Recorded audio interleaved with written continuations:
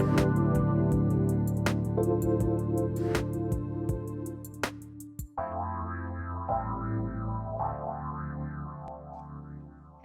good evening, good morning, wherever you are in the world listening. Do come sit around in a circle. So this week is just me, and I start planning the show on the Wednesday before I have the show, and this week is all about receiving. So receiving was the word I kept getting again and again and again when I was asking what we're going to be talking about. So receiving, and I do feel this show holds two purposes. One, it's kind of a pep talk for me, for myself, and what's coming towards me. And also I do feel that this is going to be a very important episode for people who are in some kind of conflict, some kind of battle, probably with themselves.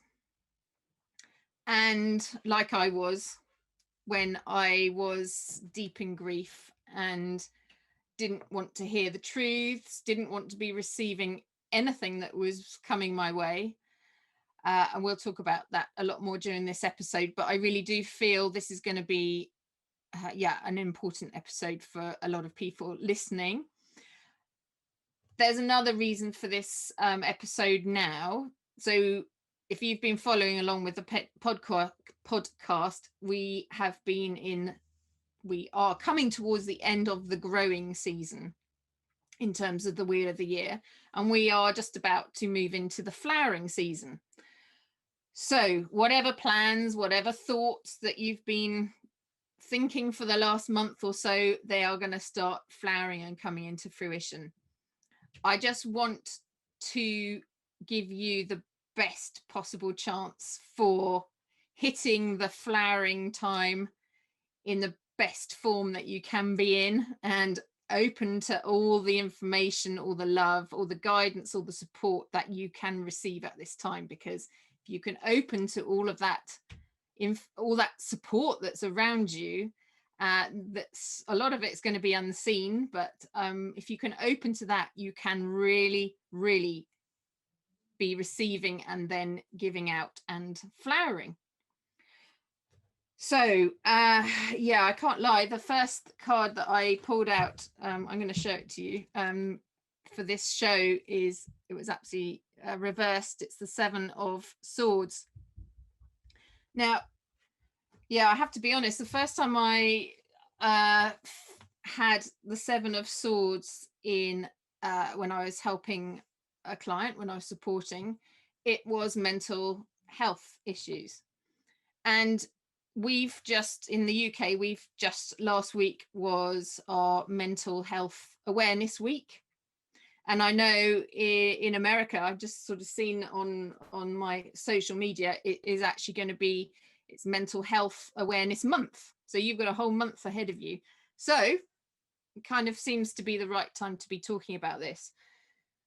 So why might mental health, or how does that link into receiving?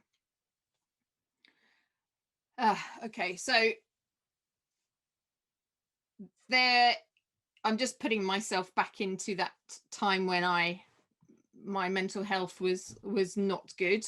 I've been searching for Christian for about 6 months, just through social media searching, because any physical search for him hadn't worked, and he'd been missing at that point for over 12 years, and no physical searches had worked for him. And then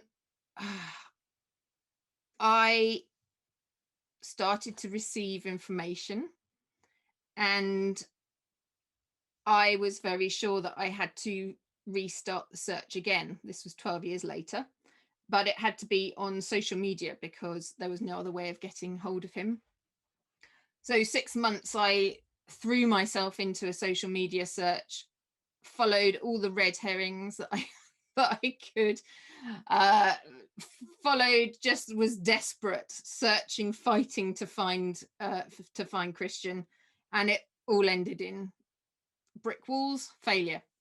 And yeah, so my mental health was, a lot of it was embarrassment that I'd put myself out there so openly and so freely, and was literally emotional, like gazumping all over the place to try and get Christian. So yeah, there was part of that sort of embarrassment of how I'd been so open and vulnerable. And then I was also angry that I still felt Christian was out there and he just wasn't coming forward, and I just couldn't do anything to draw him in. Yeah, so there was anger there, embarrassment, and also this sort of, what on earth am I going to do now? Like, that was my last chance to get Christian, to find him. There was no other options on the table that I could see. So it was a really tough time, and it was, my whole life was condensed into finding Christian. Just like, there was this, it was almost like there was just one relationship in my world, despite the fact that I've got, 2 children, husband, but I was just so obsessed with finding him. And I think this is probably anyone who's recently gone through a grief or something that you become obsessed with almost. That is the only relationship that is important to you. And yeah, so I was not in a good way. I was yeah, not in a good way. I never went to the doctors or anything like that. I was just had to, and the thing is that actually people on the outside probably wouldn't have noticed. I was very good at not showing my emotions.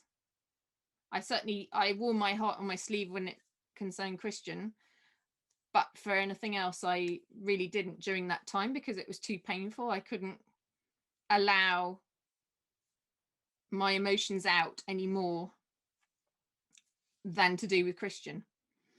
And it wasn't a healthy letting out of emotions. It was like I sort of said, it was a bleh, kind of emotions everywhere, scattered. And I had clarity on what I wanted to do, which was find Christian. But my intention wasn't pure, and I only found that out a lot later on. But a lot of my intention for finding Christian at that time was, obviously it was to find him and to get our family back together again. But there was also an element of, I've been able to find him when nobody else has been able to find him. Almost like the love that I have for my brother has trumped everybody else's attempts to get him, to find him. It was almost like I wanted to be the one to find him and to prove in some way that my love for him was greater than others' love for him, if that makes sense. I think that's coming out right. So it wasn't the purest intentions of finding him. Whereas as time went on, my intentions were incredibly pure about finding him.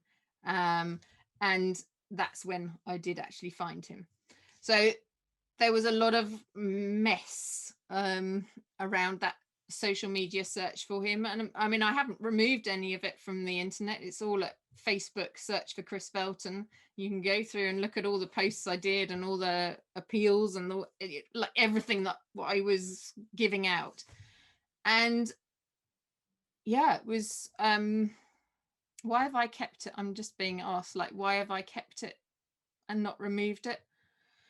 All because I think it's important for people to see where I was at that time, and to show that we're not all, we're all really very similar in what we want and what we desire. You know, we all want love, we all want support, we want community, we want guidance. And yeah, I suppose I'm just going to leave it there. And all the films that I've done, I'm just going to keep them there, because it just shows you, I suppose, where you can come from to where I am now, and where I support and a kind of a way shower for other people through loss and grief. But it shows it's raw, it's me, it's how I was, and it will give people a belief that anything's possible, you know, to come from that place of the deepest and the like tragic missing persons case, to where we are today. That kind of feels like I had to draw a line under that. So I guess at that point, and the reason why my mental health was so shot to pieces, apart from the fact that I had a missing brother, and I felt I was out of control, you know, life was out of my control and everything was working against me to be able to find him.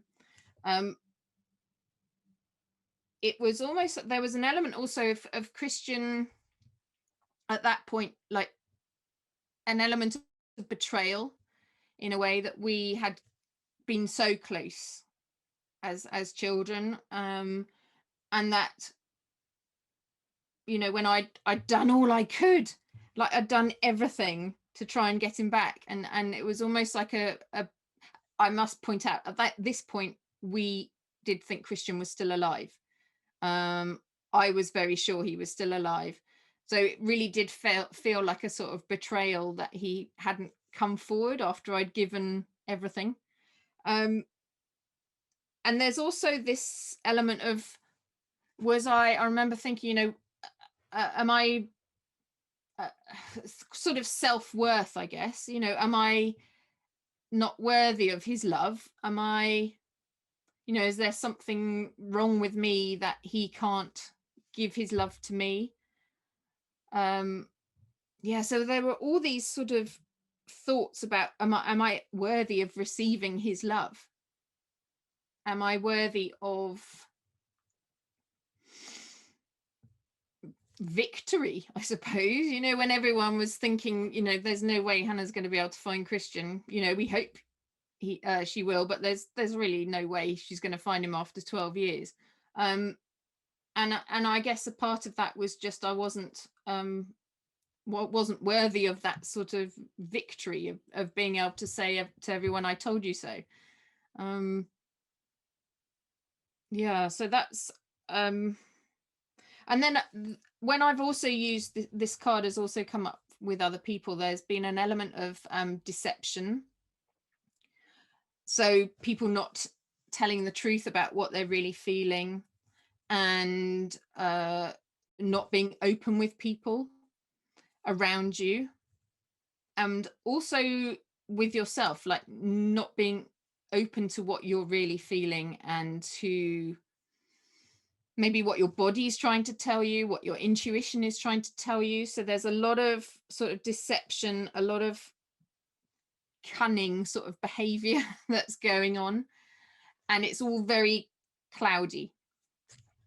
So I don't know if that's resonating with anybody at the moment, but that was how I was feeling. That's the best way I can really describe when I was at my lowest. You know, I wasn't thinking clearly. I had so much going on in my head that was fear, that wasn't real. It wasn't true. You know, Christian will be like, he loves me, I love him. It was so simple, really, in the end, how to find him. It really was. But when everything seems to be out of control and chaotic, and you're only focusing on like getting to like you're doing all the time without actually stopping and listening to yourself and actually finding some clarity and some space. Like I'm being shown this like a clear, like if you're in a wood and there's a clearing in a wood, like I never went to find that clearing in the wood and sit in the middle of the wood and just take some time to breathe and to just relax and drop my shoulders. You know, we were always fighting to find him, so to find Christian, so it was always go go go. And if there was a brick wall, it'd be like, shit, now what do I do? I'm just going to try a different way. So it was just all rush rush rush and hitting brick walls all the time, and I wasn't receiving what I should have been receiving. Okay, so that's kind of the Seven of Swords out of the way, and there needs to be no more said on that, because what I want to move into now is what I did start to receive once I had enough and actually sort of made a pact with myself almost that I knew that I needed help. I knew I needed support. I knew I couldn't do this on my own any longer. And I actually surrendered. I did this actually with my son. I actually made a little, I didn't actually know what I was doing. I have to make this clear. It all came from within somewhere. I'd made the decision.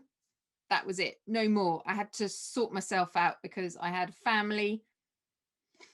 And it was important that I sorted myself out for them and for myself, because I could not carry on the way I was carrying on. And I had a photo of Christian. I had a candle. I'm just trying to think what else I had. I had his belt. I had an object that Christian owned, which was his belt. And I had a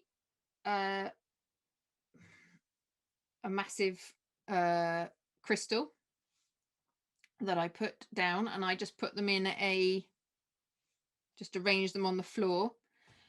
And I sat with my son and we did a little ritual, which was essentially sending Christian all my love, or our love, and speaking the intention that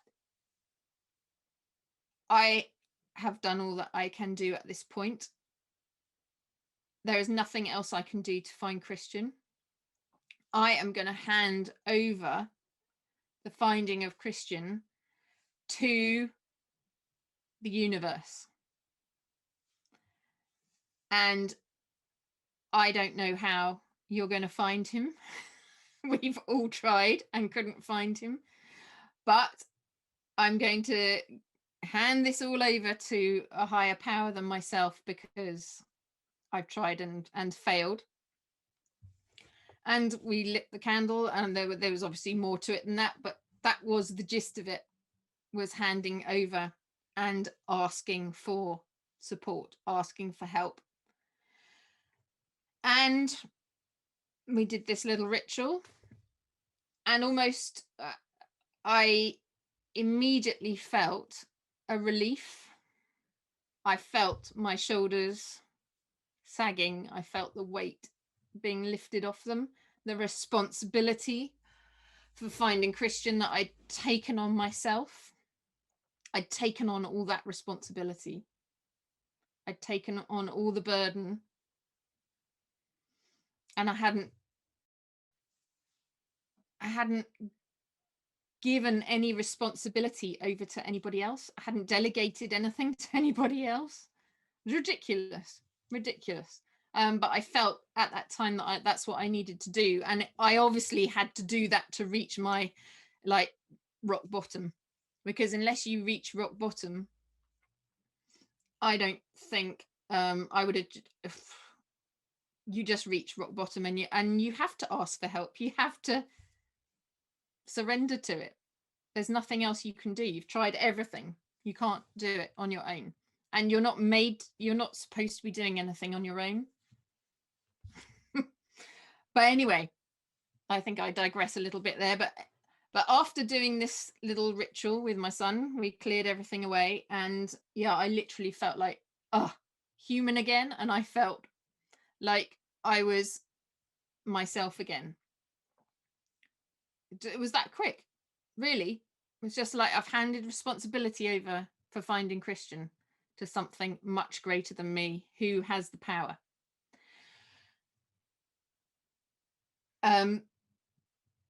Okay, now I'm going to just talk about, I've talked before about signals. I'm being shown this heat in my back, which I'm sure I've talked about before on the podcasts. Now, this heat that I was feeling in my back, it was like somebody was standing behind me and just had their hand just pressed in the sort of middle of my back. And I kept feeling it, and I still feel it now. I feel it a lot. And this week, I have had it explained to me. Didn't ask the question to have it explained, but something somebody who I'm working with at the moment, they just started to explain the heat that was in my back. And they were explaining that when you're giving out love from your heart, energetically, you give out love and it comes out of the front of your heart, so out of the front of your chest. When you're receiving love, it comes in through the back of your heart, through the middle back. And I was like, oh my goodness, that was me receiving love. It's going to make me cry now. Because I always thought of it as like just somebody standing behind giving support, like unseen support. But it's actually more than that. It's love. And like unconditional love is the most powerful. Oh my God, I'm really tearing up. Is the most powerful force, energy in the world. Hands down, without a doubt. That unconditional love that I was being given and being shown and I was receiving through the middle of my back, that was the first time that I actually started to properly receive unconditional love.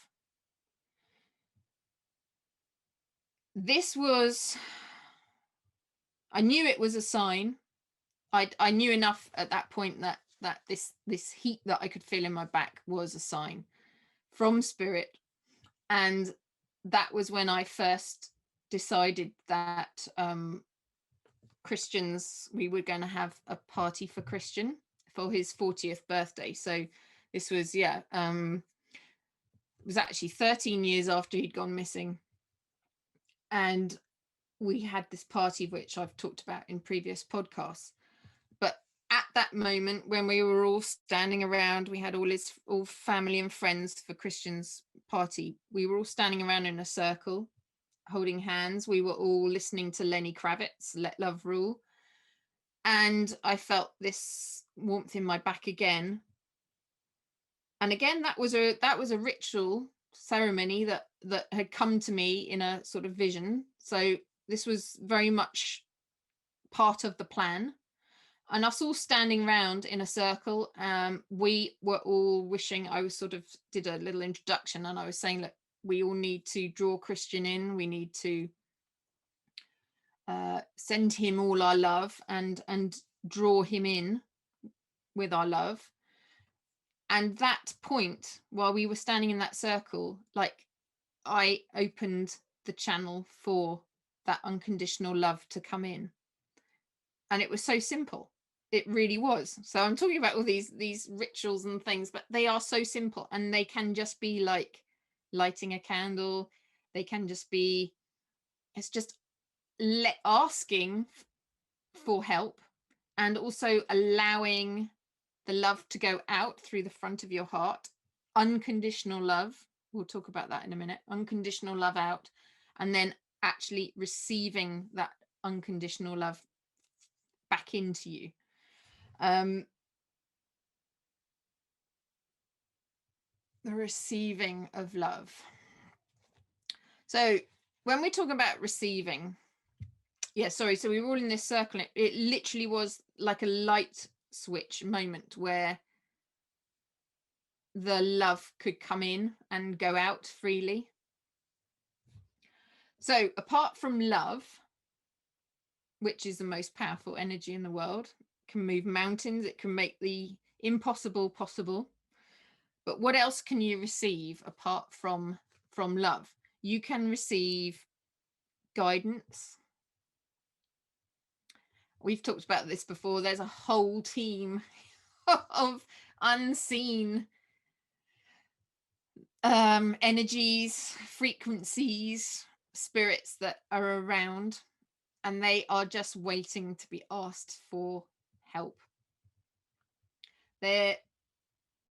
It's almost like very, very ethical. They won't give you help and like start pushing things and tapping things and nudging things into your path unless you ask for help. It's so important to ask for help. You can also receive strength. You can, I actually did some writing with Christian today actually, and there was part of it was about receiving strength. Actually, if you've got nobody around that you can kind of lean on at the time, or you haven't got someone like myself by your side to help you navigate things, and you're not sort of speaking with spirits or with your guides, you can actually just ground yourself into earth and actually receive. So you have to it's like a visualization really. It's planting your feet really firmly on the earth and actually allowing the strength from the earth, like the earth's heartbeat. Wherever you are in the world, you will always hear the same heartbeat of the earth. That's how I've had it described to me before. So like wherever you are, it's like seeing the moon in the sky. Wherever you are in the world, we all see the same moon. We might see different sides of it, what have you, but we all see the same moon. And that was a really comforting thought actually for me when I thought Christian was still alive and in Africa, and that we at some point were still watching the same moon and having that connection between us through that third party. But anyway, this strength, you can kind of borrow strength from the earth, from the heartbeat of the earth. Just draw it up into your body and get strength from the earth when you need it, and and there's nothing else kind of to hand. So that's a really useful just bit of guidance really. The other thing that you can receive is information and truths.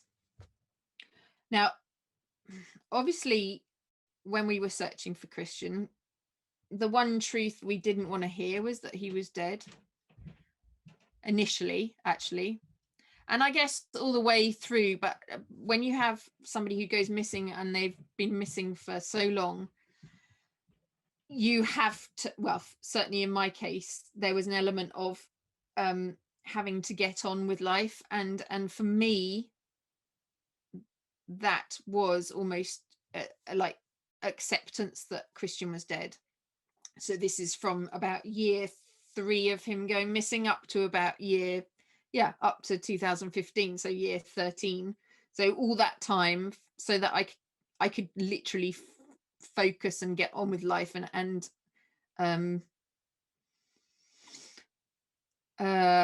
what's the word, it just came to me, I had to think of him as dead, so that I could get on with life. So have my family, get my career writing up and running and progress that way, because you don't have closure when you have a missing person, and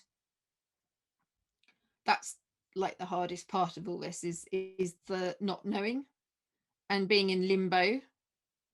Whereas you, certainly for myself, I had to find some sort of closure, and that was thinking that Christian was dead and hoping, kind of that little flicker of hoping that, you know, maybe one day, but it almost put a lid on my grief so that I didn't have to face it, and I didn't have to face the reality. It was almost like, now I'm thinking about it, it was almost like a story I could tell that just sort of closed the lid. And that I used to think, you know, that it was easiest to think that he'd been, you know, eaten or killed by hippo or something, and you know, certainly not by another person. You know, that's stuff of nightmares, but that was just how I sort of kept it in a box, and never went near my grief. But as time went on, I started to open to the truths, and I was ready. You know, I was ready to start hearing the truths. I was, you're never going to be given truths unless you're ready to hear them. And you might think when you receive them, there's shock. There might be chaos around what you've just heard, but actually in the long term, you were ready to hear it. And you're like, I'm hearing it. You're never given what you can't handle. You're never given what you can't handle, and you're never given what you're not ready to receive. Okay, so that's information and truths. I'll go back to some of this, but the other thing that's really important to receive, really important, are your emotions and feelings. Now, without feeling, you're not going to heal. It's like feeling equals healing.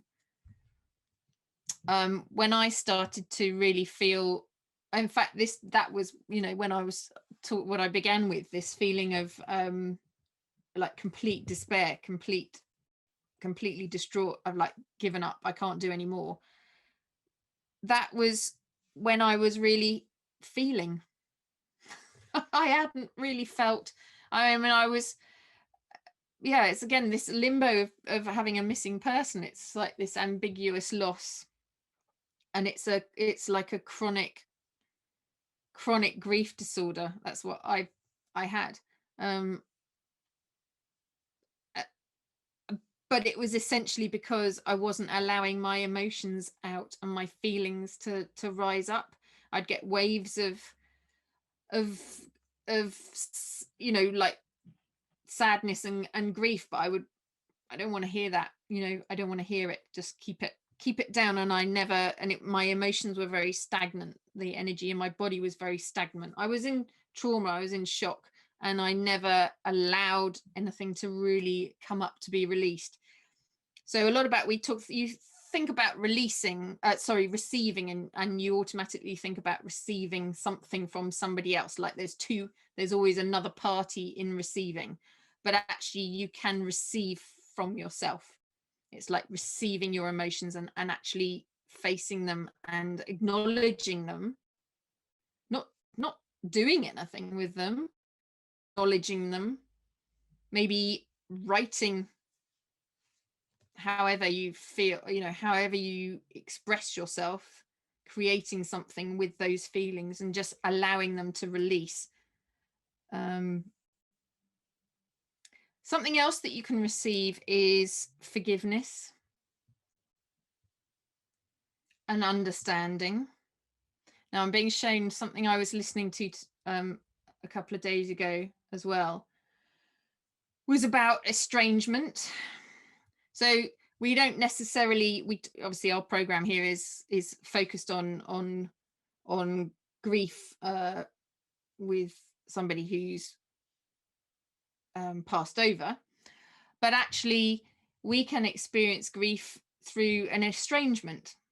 You know, so many siblings fall out. I hear that all the time. I've got, yeah. So many siblings fall out. So many families fall apart. And I'm just being shown now that you can receive forgiveness and give forgiveness wherever you are in the world. We were talking about the moon and the earth. That's the same, the energy between two people. It is always there. There's always a connection. Once you've loved, you will always have that connection. Even if it's clouded by gunk, that connection is still there. And you can use that connection. And you can, with your thoughts, with your feelings, you can give out love. You can give out forgiveness. You can give out understanding. And you can also receive love, receive forgiveness, receive understanding. You don't even need to speak to the person. You can just do it energetically. Yeah, that's what I need to say on that for the moment. And it's all very well, this giving, which I've just mentioned, but it's the actual receiving. Now, obviously, if we're talking about truths and things like that, things that we don't want to receive, we might feel we are not worthy of receiving love. We might feel we're not worthy of receiving respect. We might feel we're not worthy of receiving forgiveness for something. We might feel we're not strong enough to receive our emotions. We might feel that, what's the point of somebody else giving me guidance? I'm not going to be able to do anything with this guidance. There's all these blocks to receiving. We might have been betrayed. So we've given in the past, but not received back. All these things which stop us receiving, these are going to have come from things that have happened in childhood. These are going to be things that have come from past lives that we might have had, where we've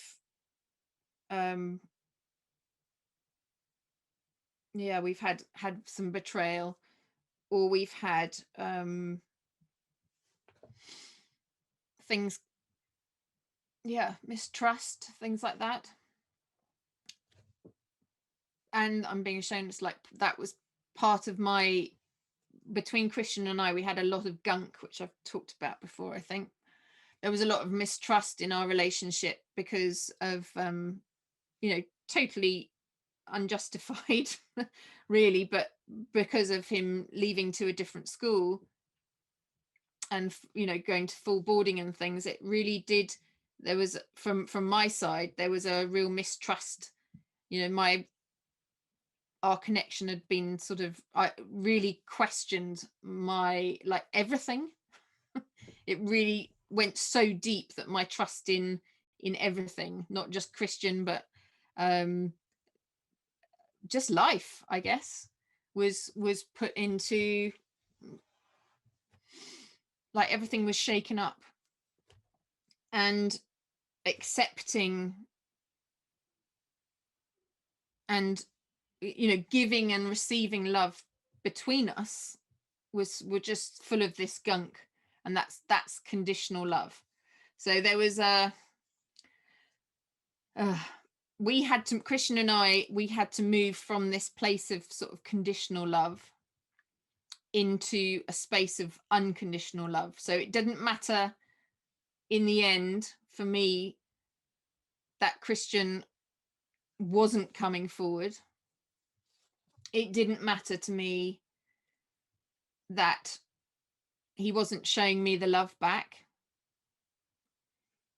All I had to do, all my job was, and the only way I could make that connection with him again was by giving out unconditional love. So you can be giving out conditional love, like I'm gonna love you as long as you do this for me. I'm gonna love you for this period of time. There's always some sort of but, or if you do this, or something like that. So there's always a condition to the love that you're giving. To be in a position, where Christian and I literally were aligned and ready to hear the truth and to receive love and give each other love clearly, we had to be in that space of just pure love, that it didn't matter, if he would ever come back. I was just giving him that love, and that's when everything aligned, and we found out that he was dead, but our relationship was so clear by then. And this is really important, that the timing of that, receiving that love and receiving the truth, receiving the forgiveness, receiving the understanding, like it was the right time. We've talked about it being the right time for giving and receiving and of truths and things like that, but really the whole process of a healing and a transformation journey is you receive at the right time for you and for the stage in the journey where you're on. So if we're talking about so you can also be receiving and remembering. I'm going to use the word remembering for this bit, because you remember how strong you are. You remember how magnificent you are. This is everybody. Okay, this is everybody listening. You are magnificent. I'm hearing this. Like, you're magnificent. You're strong. You have all these talents. You have all these abilities. You have power. Like, power isn't a macho thing. Power is like, we can receive strength, power from the earth, but we have it all inside us. We just need to, I guess it's like the feelings, like we need to receive that strength, that inner strength that we have. We know, again, this is receiving.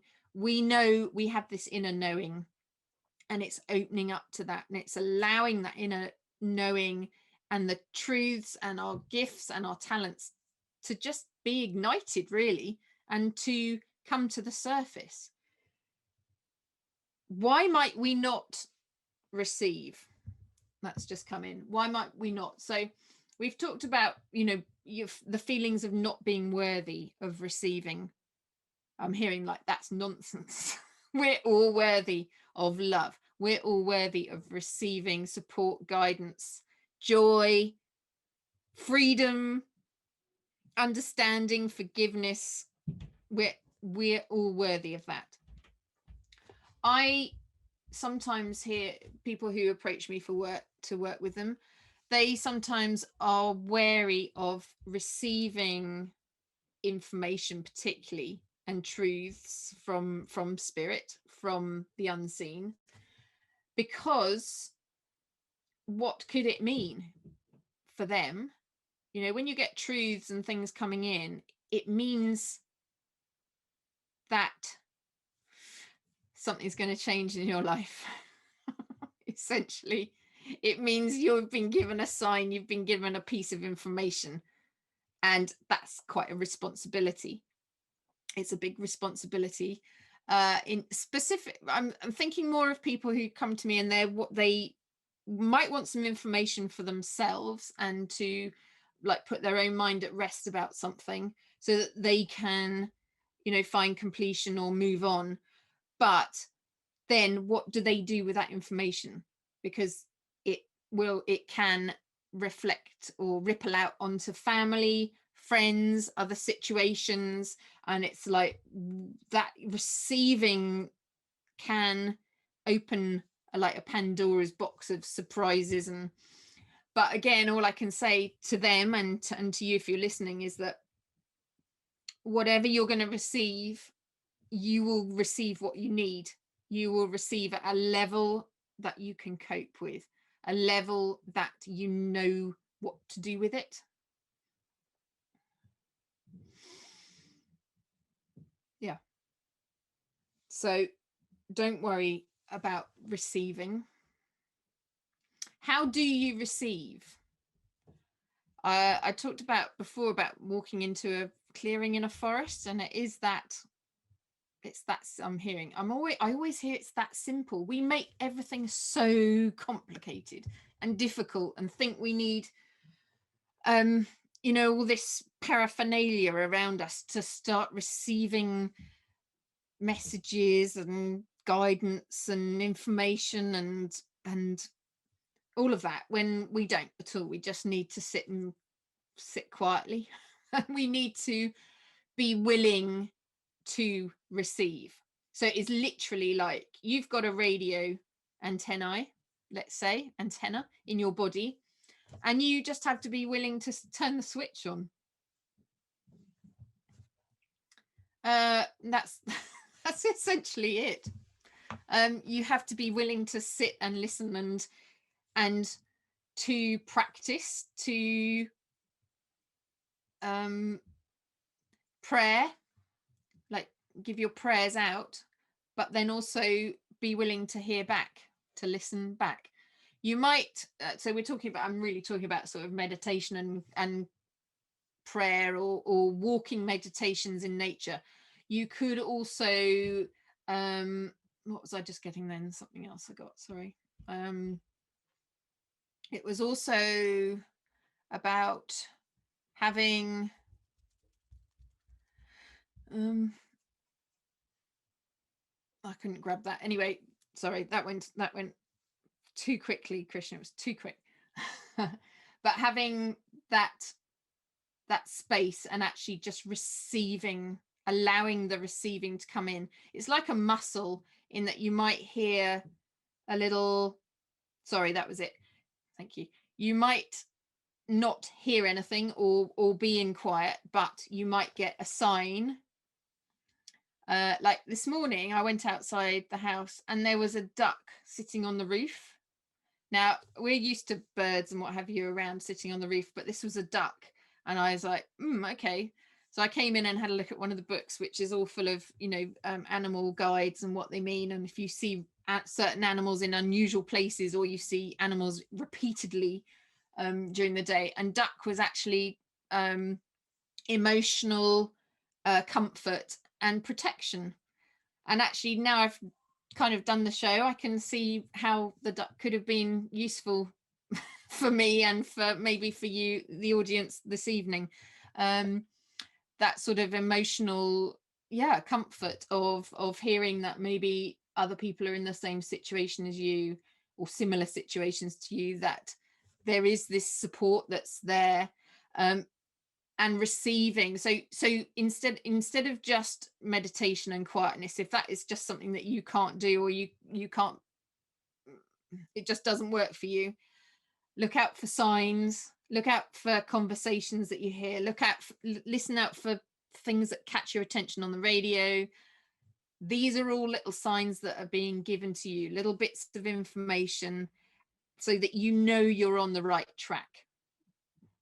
Okay, these are all things that you can receive. You can receive things from your dreams, receive from your intuition, receive from your heart. Like if you've got to make a decision and you're sort of, I don't know what I'm going to do, I don't know if between two choices, maybe just listen to your heart. Just go quiet and ask that question of your heart. Okay, don't ask it of your head because your head will be, they're literally listening to your head, and the chatter in your head just sets up a battlefield almost. If you've got to make a decision, just let all that conflict go that's in your head. And this is mental health. It's like, let it all go, and just drop into your heart, and your heart will tell you. Your heart is pure. It's the purest advice, purest guidance. the purest love that you will ever receive. And that's all within you. Okay, you are, I always get this, you're the knight in shining armor that you're always hoping somebody else will be that coming towards you over the horizon. Forget that. You are your knight in shining armor. You are your hero. Okay, so receiving from yourself is so important. You can ask for help from outside, your guides, the universe, whatever. I mean, the universe is all inside you, but that's another thing. But like, receive from yourself, trust yourself. We've had podcasts, episodes all about trusting yourself, but this one's very much that. And I just need to kind of finish up here, because I know this is a pep talk for me as well, in terms of receiving. Like, receive everything that you get. We've got a school lottery, and I put money in each month to the school lottery. And this is how mundane things can be. But I won the lottery today, £20. So it's not big winnings. But part of when I went to claim the winnings, it said, do you want to donate it back to the school, or do you want to claim the winnings?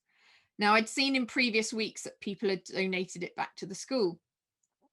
But I thought, well, what's the point of entering a lottery, winning the lottery, even if it's £20, and then not actually receiving it?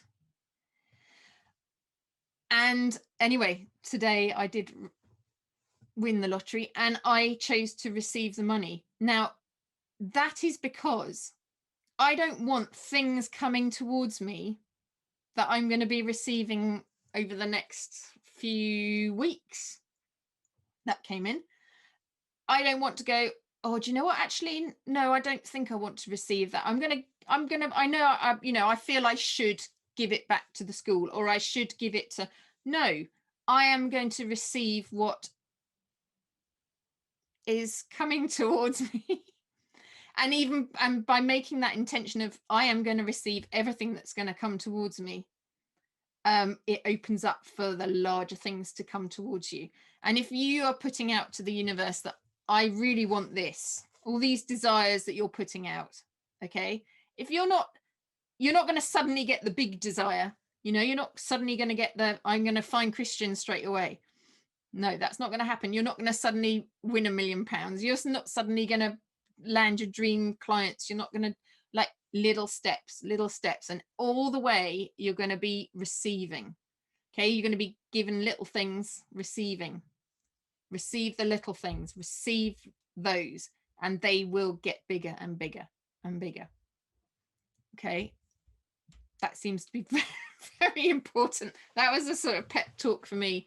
And I also I've just finished reading this book. It's Graham Norton, Home Stretch. And I knew how far I had come, because usually if I read about long lost people being found and coming back into, like, the bosom of their family, if I'd read that, even not recently, but for about 17 years, I'd have been in floods of tears reading this book when that happened. But I read it a few days ago, and I was like, oh, that's so wonderful. I was so happy, and I could feel their joy about this son who'd returned from living in, he was gay, and he'd lived away from his family for like 17 years because he thought wrongly that they wouldn't accept his gayness. And he kind of made a decision to leave home and not to return. But actually, in the end, he did return through his sister, actually, who made the welcome possible. But anyway, it got to that point where I can now read these stories and not be moved to tears and longing and oh God, I wish that could happen to us. So yeah, I think that is kind of all that I need to say. But I hope you've got something out of that. There was a lot of information in there, but just trusting yourself and really going for your desires. Like, don't ever think that anything's impossible. Don't ever think anything's impossible. Like, if you've got that, if you're giving that unconditional love out and receiving that unconditional love, anything is possible. Seriously. And I have to just, I can only tell you that. It's really up to you to experience, to set these things in action. Just tiny steps. Open your heart. Just open it a little bit at first. Like, and if you get overwhelmed, you can just close it down for a bit. You know, you don't need to walk around open to receiving all the time, especially if you're in crowded places or, you know, things like that. Just let in what you feel you can let in, but do be open to receiving. You can't give all the time. You'll just exhaust yourself, which is what I did. So take a step back and just receive, whether that's love and comfort shown by the duck on the roof today, but just know that you're always looked after, but you have to be open to, you have to ask and be open to receiving. Okay. I think it's going to be me again next week, and then I've got a beautiful guest for you to meet from Canada. But yeah, lots of love, everybody. I hope you have a wonderful week, and yeah, just get ready for that flowering time. Open up and receive all the love that is there waiting for you. Okay, lots of love from me, and I'll see you next week. Bye. Thank you for listening to The Finder of Lost Things. I think we've been triggered so long and so hard by COVID, and it's going to carry on. People are getting used to stillness, and they're getting used to more solitude, but how do you use that time for the highest good? This process that we're going to explore will bring back the joy and purpose to life. That wholeness, you know, that sort of harmony and flow and togetherness. People are really ready to find their lost parts now. You can find me at hannahvelten.online.